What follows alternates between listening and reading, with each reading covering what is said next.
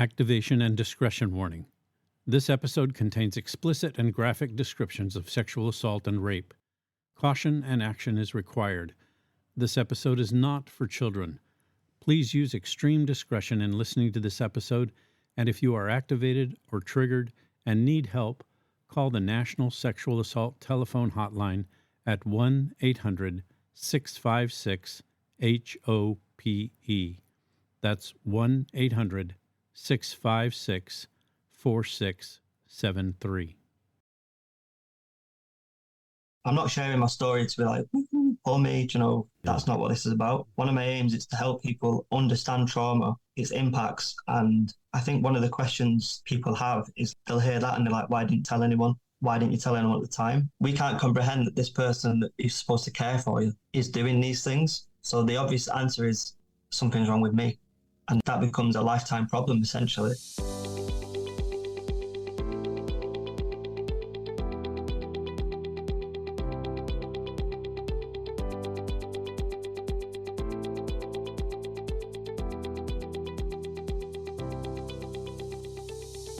Hi, everyone. Welcome to Sexual Assault Survivor Stories, the SAS podcast. I'm glad you're here. You've just tuned into one of the most important podcasts that you may ever listen to, because the purpose of this podcast is to provide a safe space for victims and survivors of rape and sexual assault to share their stories and connect with others who've been through similar experiences. However, there are other important aspects to this podcast: community, education, and support. I believe that sharing our stories is one of the most important steps to healing, and my hope is that the SAS podcast will help victims and survivors feel less alone and more empowered. And my ultimate goal is to provide all of my listeners with insights, resources, and a supportive space where empathy, compassion, and understanding thrive. My commitment is to being there for all my listeners. I'm your host, Dave Markel, coming to you from the Podvlog studio in St. George, Utah, and I'm here each week talking to victims and survivors or interviewing experts and professionals in order to not only gain insights and information to help us on our healing path, but also to provide an education on being trauma-informed, working to help bring justice to victims and survivors of rape and sexual assault. Whether you're aware of it or not, we all know someone whose life has been impacted by rape or sexual assault. So I encourage everyone to listen to this podcast. Whatever your experience is with rape or sexual assault, you are not alone, and we are all here for each other. Thank you again for being here. Welcome, everyone. This is episode 56, which is part one of my interview with Lee Cooper, a child sexual assault survivor who suffered both sexual and physical violence at the hand of his own father. For 20 years, Lee suffered in silence, thinking that his hypervigilance and anxiety were defaults of the human experience, that everyone must feel and react the way he did. It wasn't until he read The Body Keeps the Score by Dr. Bessel van der Kolk just a few years ago that Lee realized that his newfound knowledge would transform his outlook on his personal trauma and help him begin his healing journey. This story is horrific, captivating, powerful, and inspiring all at once. Just keep listening. Also, I'm going to mention this now because it's an important part of who Lee is. Lee is a phenomenal freelance photographer. You can see his work on Instagram at CoopSCW and also at PLC Nowhere. He also has an upcoming solo 3-month exhibit that opens December 9th and goes through the 9th of March next year at the Oldham Art Gallery in Oldham, England. If you are anywhere near Oldham during Lee's exhibit, I highly recommend that you visit Oldham Gallery. His photography is available for purchase at the exhibit or on his website at www.placesnowhere.com. Now, here's Lee. Lee Cooper, thank you so much for being part of this show. Oh, thank you for having me here. Yeah. And for my audience, I saw a post that Lee had put on LinkedIn talking about the difficulties that he was having in making a report to his local police department about his sexual assault as a child. And it caught my eye. And I immediately wrote to Lee and asked him if he would be willing to be a guest on this show. So he has graciously agreed, and I'm excited and thrilled to have Lee Cooper as part of this sexual assault survivor story family. So again, thank you, Lee. I appreciate you being here. No, you're welcome. Thank you for having me. I really appreciate the platform to share my story, yeah, especially on your podcast. So, Lee, I'm going to just turn things over to you and let you explain to us what is it you're able to tell us about your experience.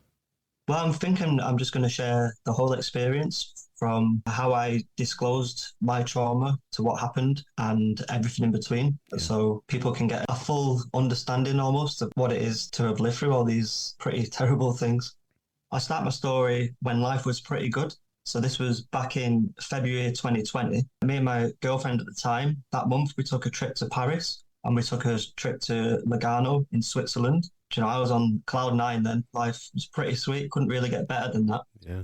And we flew home from Switzerland, from Milan, where at the time, on the outskirts of Milan, there were 14 towns that had been locked down because of this concerning new virus called COVID-19. So fast forward 2 weeks, and it's pretty much the beginning of the end of the world, at least as I knew it anyway. Because when I got home, I wasn't allowed to go back to work because I'd been to Italy and I got quarantined basically when I got home. And then a week after that, the whole country here in England was put into lockdown, everything shut, which at the time is pretty exciting, as ignorant as that sounds now, because when else in history is the whole world shut down? I was like, this is interesting. A few weeks off work and everything would be back to normal, right? Wrong. Yeah. Life did not go back to normal. So in April 2020, about a month into the lockdown, I ordered a book off Amazon, which is The Body Keeps the Score, Mind, Brain and Body in the Transformation of Trauma by Dr. Bessel van der Kolk, and it changed my life. I read the book. I speak of it much on this show, so yeah. Have you read it yourself? Mm-hmm. Yeah, it's an amazing book. I recommend it to all my listeners, absolutely. Yeah. I read it in 2 days straight, just cover to cover. I was sat under a tree in the sunshine in it's Fog Lane Park. It's a beautiful green space near where I was living at the time. And reading it, it's literally like a light bulb going off in my brain. I learned about hyperarousal, which is feeling on edge and being anxious all the time and finding it difficult to relax, which I thought was people's default setting. I thought that's just how people were. It's not. I became aware of hypervigilance, which is the elevated state of constantly assessing for potential threats and again, not being able to relax and just always switched on. I learned about the intrusion of traumatic experience through emotional flashbacks and nightmares. All these things that I'd always assumed was normal is actually the opposite. It's not normal. And I realized I'd been using numbing, avoidance, and detachment my entire adult life as a way to survive. So in a nutshell, I realized I'd been pretty much living in this personal hell for 20 years. I was disconnected from myself and from the world, pretty much. I was dissociated out of my mind, literally. And I was drowning in shame and self-loathing, which I wasn't really aware of until I read the book. And there was a lot to unwrap. Like when I read it all, I was like, wow, it was so impactful. Like I said, it was like a light bulb and it just changed everything for me. And I'd repressed like many emotions and many memories, buried them deep, and they carried a lot of pain and they're buried deep for a reason. So the country was on lockdown and I was on furlough for 5 months, which I was getting paid to stay at home. It was great. It meant I had nothing to do but think about all of this, what I've just said and what it actually meant for me. Yeah. And I want to add here that I think we're in the midst of a cultural shift that isn't quite yet apparent, but it's brewing, it's coming, we can feel it. Mm-hmm. The Body Keeps the Score. It's been in Amazon top 20 sellers now for almost 3 years. Yeah. It's sold millions of copies. It's got 151,000 reviews on Goodreads. Basically, this blockbuster book that I think is very powerful. And I think the ripple effects of people reading this and stories like mine, I think it's going to expand and we'll see the results of this, because the story I'm about to tell, it's one of pretty much personal transformation, which I think a lot of people are going through right now, various different stages. I think a lot of people came face to face with the demons when they stepped off the treadmill of life in lockdown. You know, everyone's always busy, here, there and everywhere, and no time to stop. Where lockdown, it's like, boom, we're catching up with everything. We've got nothing but time now. Yeah. We've never had the time for anything. Now we've got nothing but time and to actually assess and analyze what's going on in our lives. So yeah, I think there's a big shift underway in relation to trauma and how it's actually impacts people and society. But that's my opinion. Time will tell if that's right or not. But anyway, all this new information I got reading from The Body Keeps the Score, it brought all these things to the surface of my mind. And a torrent of change was set in motion one afternoon when I was in the kitchen making a cup of tea, and my ex-girlfriend, she sneaked in behind me and she grabbed my crotch in like a playful manner from behind. And I was startled and I hit a hand away. like really aggressive. I was like, don't do that. And she was like, she looked at me funny and she's like, Jesus Christ, was you touched as a kid or something? I looked her dead in the eyes and I went, maybe. And her eyes widened and she's like, are you being serious? And I panicked. I was like, fucking hell, did I really just say that? So I told her, I was like, no, I'm just joking. Like, I'm just joking. And it annoyed her. She's like, you shouldn't joke about things like that. But I wasn't joking. And saying that out loud, that I was touched as a kid, it kind of shattered a barrier in my mind that had been up for almost 20 years. Like, I always knew I had trauma, but the way sexual abuse is trivialized and joked about here in England, it's probably the same over there. In society, it's kind of a bit of a joke. So I thought it was like no big deal. And like the way it's talked about so often, I kind of thought it was like everyone kind of secretly went through it, how it's trivialized and how often it's talked about still. But as it also turned out, I heavily fragmented my consciousness. And moving in with my ex, it was probably the first time in my life that I'd experienced a long-term safe environment, which is crucial to begin confronting your trauma. And it's one of the main reasons it takes people so long to disclose, because it takes a while to get out of the environment where the abuse happened. Some people never get out of it. They're trapped there forever, which is tragic, really. So yeah, a lot of these repressed memories came back to me, a lot of terrible moments that I blocked from my consciousness. They could no longer be ignored. So it reached a point where I couldn't keep it to myself any longer. So a week after my 30th birthday I wrote my ex a letter telling her that I was sexually abused by my dad, like went into detail with it. And yeah, she was the first person ever told. So this was like a huge, like, I know I'm talking about it now very openly, but I'd never told a soul. It was a huge, huge thing that I'd kept hidden. And to put it out there to one person was scary. It was scary. And, you know, it's difficult to talk about now. It's my dad that did this. And, you know, my dad, he'd always been a bully and he was violent to me and my mum when we was growing up. Like we both endured, you know, pretty hefty beatings at his hands. He wasn't a nice guy. I grew up in this volatile environment. He was in and out of the house, like he wasn't always living with us, but when he was living with us, it was not a nice environment. You know, if he'd been drinking, anything could happen. There was a time when I had to ring the police when I was about 10 because he was smashing the house up and beating my mum. You know, I thought he was going to kill us, actually. That's why I had to ring the police. And then when I was about 11 or 12, it escalated into sexual abuse. And I'm going to get quite graphic moving forward, if that's okay with you.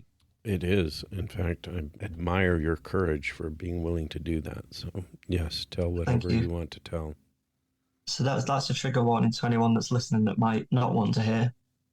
The first time that any of this ever happened to me, I'd fallen asleep on the couch watching TV at night, and I woke up and my dad was lay on top of me with his hands down my pants, and I could hear his breathing in my ear, and I just froze. Because imagine waking up that way as a child, where you're on your couch in your living room. It's safe. It's supposed to be safe. So I wasn't really sure what was going on. I essentially went into freeze mode. Now I'm trauma informed. That's what I did. Yep, exactly. But at the time, I was just confused. So I pretended to stir, and he got off me, and he went over to the other couch. And then I woke up, pretended to wake up like nothing had happened, and I went to bed. And that happened a few times from that point on. I would wake up at night with my dad in my bedroom with his hands down my pants, and then I would pretend to stir and he'd leave. But I figured out that the way my room was laid out, if I left the drawers of my wardrobe opened, it would block the door and he couldn't get in. So then I would go to bed pretty much a prisoner in my own bedroom every night, but a safe prisoner. So, but then this is a bit heavier. So again, trigger warning for people. But sadly, that wasn't enough to protect me. There was an incident where my dad, he rushed into the bathroom one time and I was in the bath. He ejaculated on me and it landed on my neck, my shoulder and my chest, which, you know, that's the stuff I was created from, and it's on my skin. And it's, you know, it's incest. It's completely fucking fucked up. And your brain is not designed to compute things like this, especially one of a 12-year-old child. And that's not even the most traumatic incident. My actual sexual abuse, it came to an end. I believe it was on the Saturday, the 23rd of November, 2002. Because I have a diary entry saying on this day I took a 3-hour nap in the middle of the day. It was a Saturday, which is not something I would do at that time. I wasn't a napper in the day as a kid. And it says I went to my friend Shane's house, he's still one of my closest friends today. He's more like a brother, actually. And the diary entry bit correlates in my mind of what happened in this incident. So it was a Saturday afternoon, and I was sat in my bedroom just playing my PlayStation, normal kid stuff. And my daddy, he burst into my room, and he's got no pants on and an erection, and he attacked me. So like now violence is introduced to the abuse. Although you can probably say ejaculating on a child is an act of violence. But anyway, he attacked me, and upon my bed, above it on the wall, there was a shelf with books and a money jar on it. I've still got the money jar today. It's in the style of a London telephone box. And all this got knocked off in like the carnage because he was, this is an adult male trying to rip the pants off a child. It was carnage. I was basically fighting for my life. And I grabbed the money box because it had fallen off the shelves and all the books fell on me. And this money box fell next to me. So I grabbed it. I whacked him as hard as I could on the side of the head. And like, I don't know if that's knocked sense into him or what happened. He stopped after that and he left. And then I locked myself into my room until my mum came home from my sister's. And then I went to my friend Shane's house, like my diary says. And that's basically my abuse. It's pretty rough. It's extremely rough. As you said, you can't put words to the amount of fear that someone would feel in those circumstances. Mm. Well, I'm going to read the next thing I wrote down in my notes is a passage from Trauma and Recovery by Judy Kerman, because I'm not sharing my story to be like, poor me, that's not what this is about. One of my aims is to help people understand trauma, its impacts. And I think one of the questions people have is they'll hear that and they're like, why didn't you tell anyone? Why didn't you tell anyone at the time? So I'll read these passages and then I will personify them with my own experience as well. So this is from page 101 from Trauma and Recovery. And it says, within this realm of severely disrupted relationships, the child faces a formidable development task. They must navigate a path towards forming primary attachments to caregivers who pose a threat or, from their perspective, exhibit negligence. They must cultivate a sense of fundamental trust and safety amidst caregivers who are untrustworthy and unsafe. They must forge a self-identity in relation to others who prove helpless, indifferent, or cruel. Moreover, they must acquire the capacity to regulate their own bodily responses in an environment where their bodies are exploited to fill the desires of others, as well as the ability to soothe themselves in a world devoid of solace. Their capacity for initiative must develop within an environment that demands unwavering conformity to the desires of their abuser. The existential task facing the abused child is no less formidable. Despite perceiving themselves as forsaken in the clutches of an implacable power, they must thrive to preserve hope and meaning. The alternative is sheer despair, a burden too heavy for any child to bear. In order to maintain their faith in their parents, they staunchly reject the most obvious conclusion that something is fundamentally amiss with those who should provide care and protection. They will go to extraordinary lengths to construct an explanation for their flight that absolves the parents of any culpability or responsibility. So basically what happens in that child's brain, like I said before, they can't compute. It's like it doesn't add up. We can't comprehend that this person that is supposed to care for you is doing these things. So the obvious answer is something's wrong with me. And that becomes a lifetime problem, essentially. The page, it continues. It said, all of the abused child's psychological adaptations serve the fundamental purpose of preserving their primary attachment to their parents in the face of the daily evidence of their malice, helplessness, or indifference. To accomplish this purpose, the child resorts to a wide array of psychological defenses. By virtue of the defenses, the abuse is either walled off from conscious awareness and memory, so that it didn't really happen, or minimized, rationalized, and excused, so that whatever did happen was not really abuse. Unable to escape or alter the unbearable reality, in fact, the child alters it in their mind. The child victim prefers to believe that the abuse did not occur. In the service of this wish, they try to keep the abuse a secret from themselves. The means they have at their disposal are frank denial, voluntary suppression of thoughts, and a legion of dissociative reactions. The capacity for induced trance or dissociative states, normally high in school-aged children, is developed to a fine art in children who have been severely punished or abused.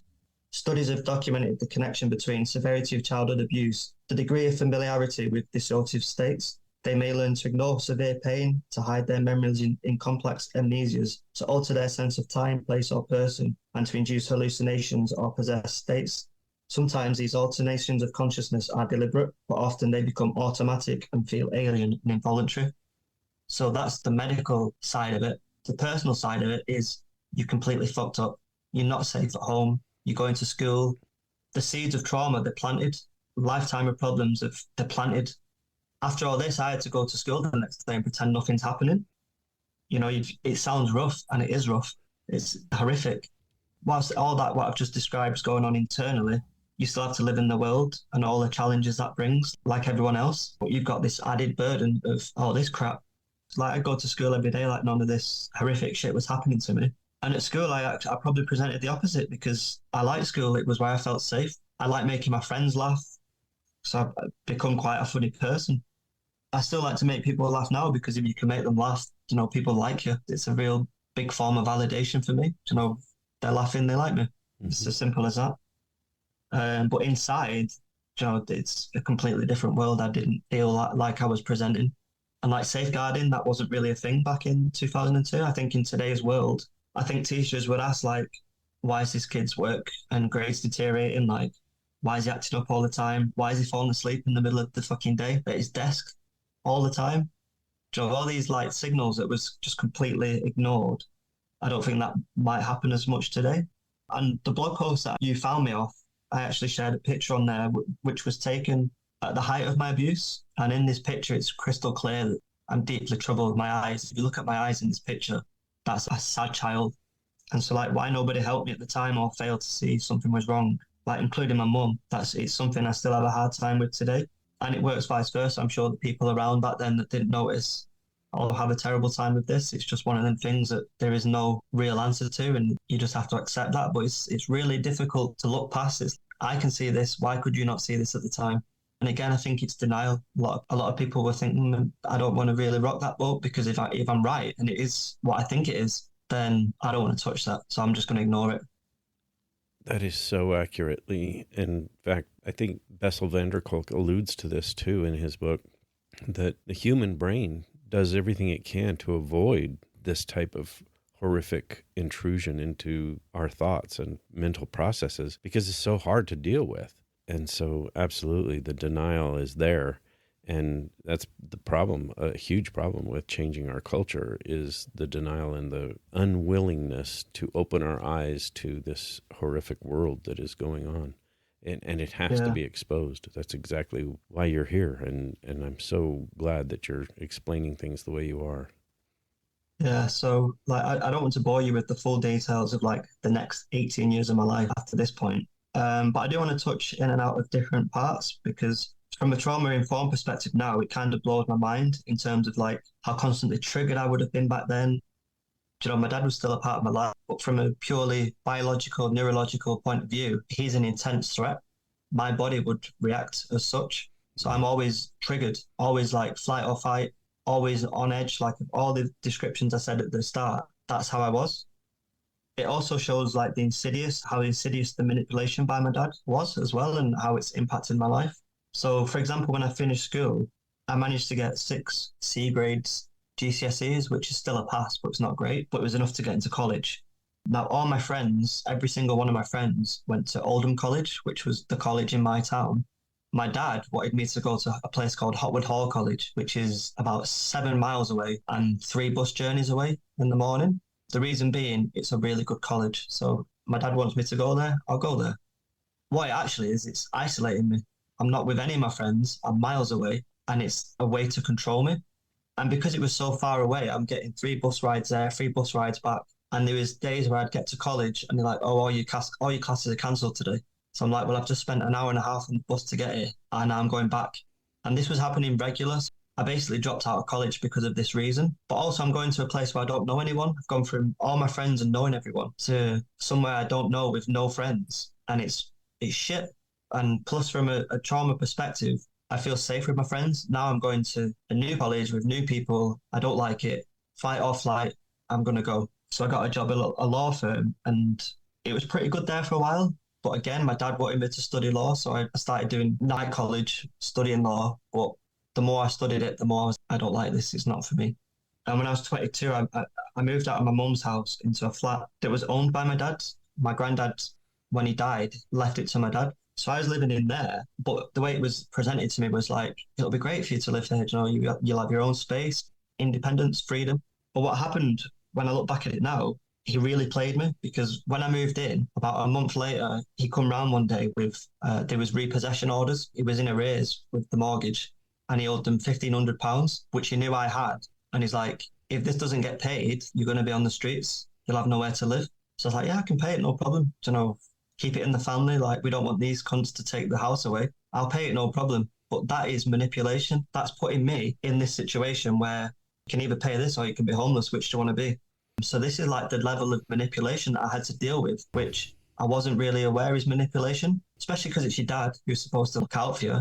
Back then, at this age, despite everything that had happened, I still wanted to have a normal family. I still wanted a dad. I still wanted him to be part of my life, because despite all that, he's still your dad at the end of the day. Mm-hmm. It's a real conflict of emotions, even now, at this stage of the journey.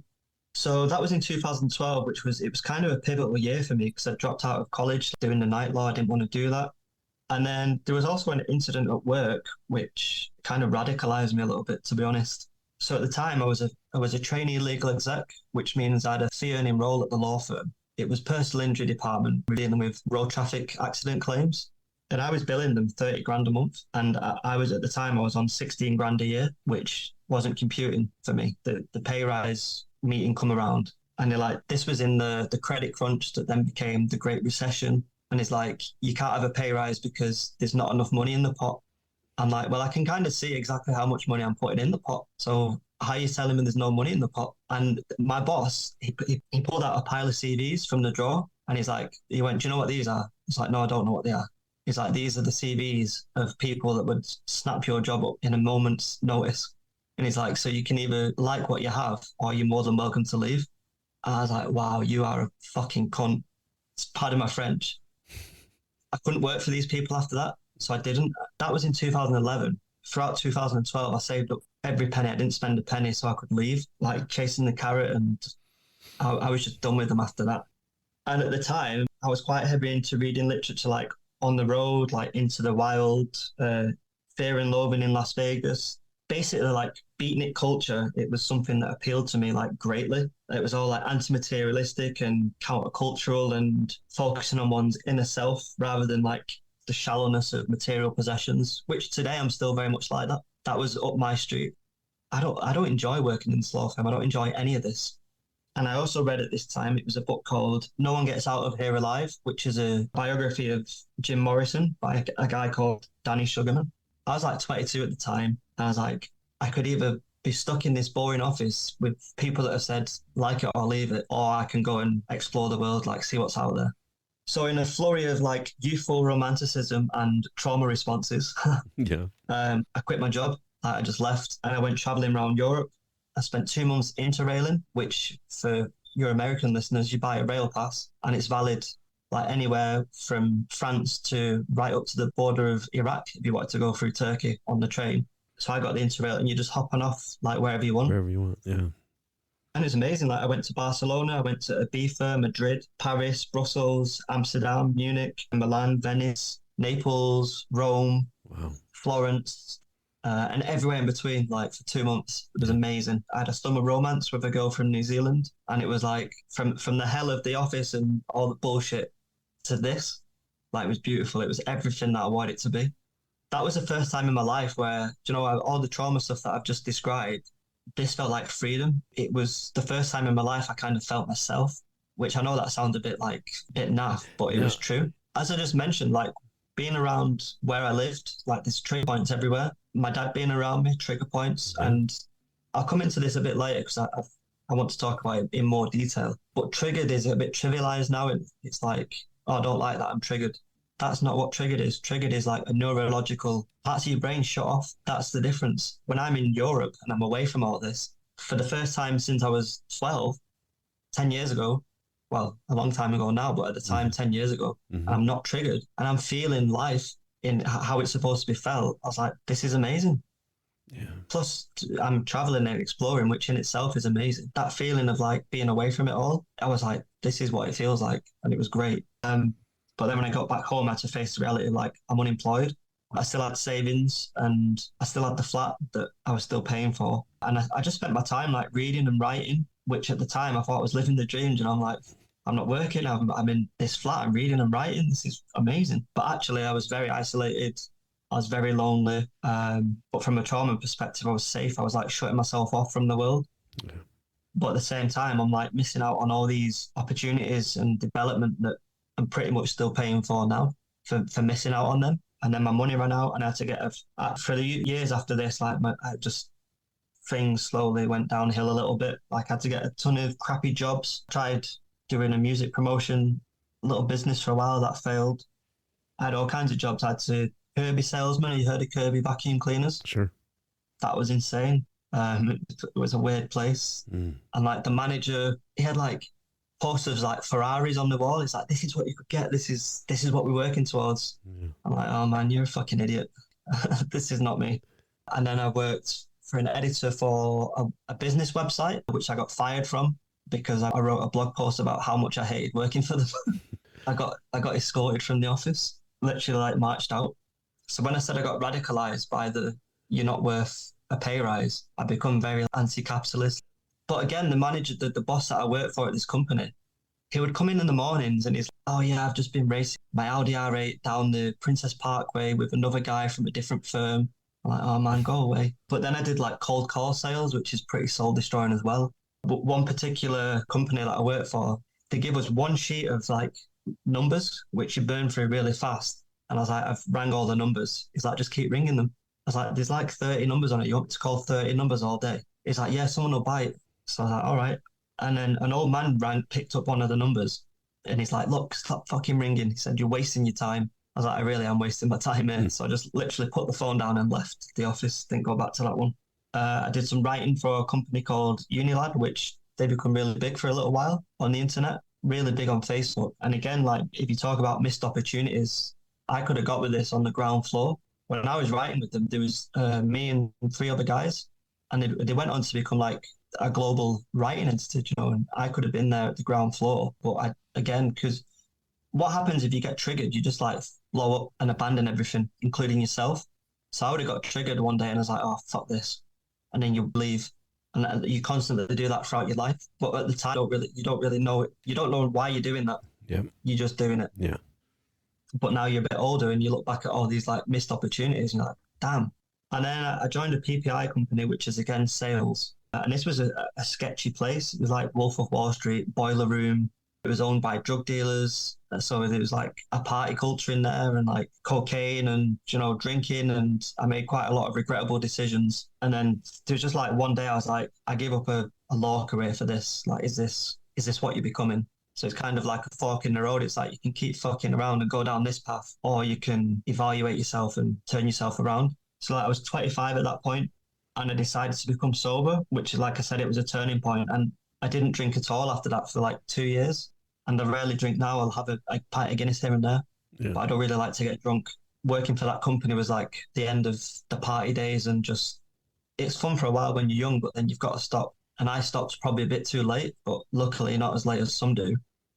But at this time also, I developed a relationship kind of online with this American girl, which again, this is a trauma response. Trauma victims like to develop online relationships because they get the feeling of a relationship without actually having to be in one, without having to be in the close proximity of someone. So you get what you kind of need, but you don't have to deal with the real thing. Yeah. Not that, you know, you can have a real relationship, but it's not in person. But anyway, I went to see her. She lived in America. I say did because she passed away sadly 2 years ago in 2019. I'm sorry. That's okay. I left this company, the PPI company, and went to see her. And I met her in Dallas, Texas, which, you know, I'd always wanted to go to America. And then I was in Dallas. I was like, oh, this is cool. Yeah. And then we went to Oklahoma, where she was from. And then I went to LA and explored California for a little bit. So I was like, this is cool. I want to do this more. And at the time I was reading about story writing and I wanted to be a screenwriter, and I still do to a degree because I've got a passion for storytelling. I think that's how you get messages across. Yeah. So that became my aim for a little while, to be a screenwriter. So when I come back home, I got a job as a night porter it's a pub slash hotel here in Manchester called the Abel Haywood.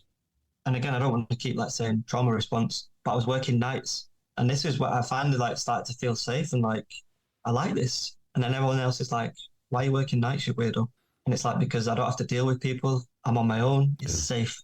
But again, you're missing out on life. I'm awake at night. The world is awake in the day. So I did that for a couple of years. What I would do is I would work there 9 months and then go back to America for 3 months. So the girl was called Emily. So I would spend time with Emily, and I would just explore.